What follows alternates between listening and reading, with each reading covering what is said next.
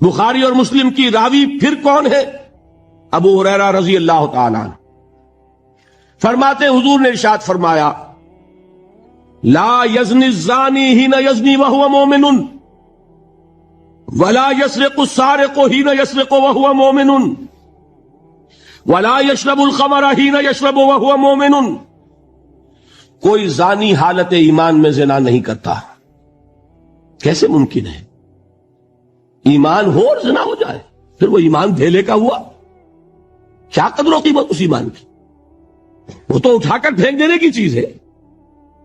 ایمان اور اخلاق پہ اثر انداز نہ ہو، ایمان اور کردار کو نہ بدلے، ایمان اور عمل کو نہ بدلے تو کس مرض کی دوا؟ پھینکو اٹھا کر۔ نہیں ممکن کہ ایمان ہو اور زنا ہو، نہیں ممکن کہ ایمان ہو اور چوری ہو۔ لا یسرق السارق حین یسرق وہو مومن۔ کوئی چور حالت ایمان میں چوری نہیں کرتا، کوئی شرابی حالت ایمان میں شراب نہیں پیتا۔ ولا یشرب الخمر حین یشرب وہو مومن۔ کوئی شراب پینے والا وہ مومن نہیں ہوتا جب وہ شراب پی رہا ہوتا ہے، اس وقت اس کے دل سے ایمان نکل جاتا ہے۔ اب دیکھیے یہاں کیا میں نے کل بتایا تھا نا، مغالطے کیا ہو گئے؟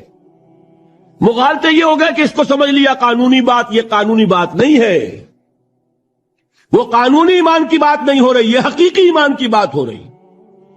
قانونی ایمان کی بات ہو تو یہ کافر ہو گیا، پھر کافر نہیں ہے۔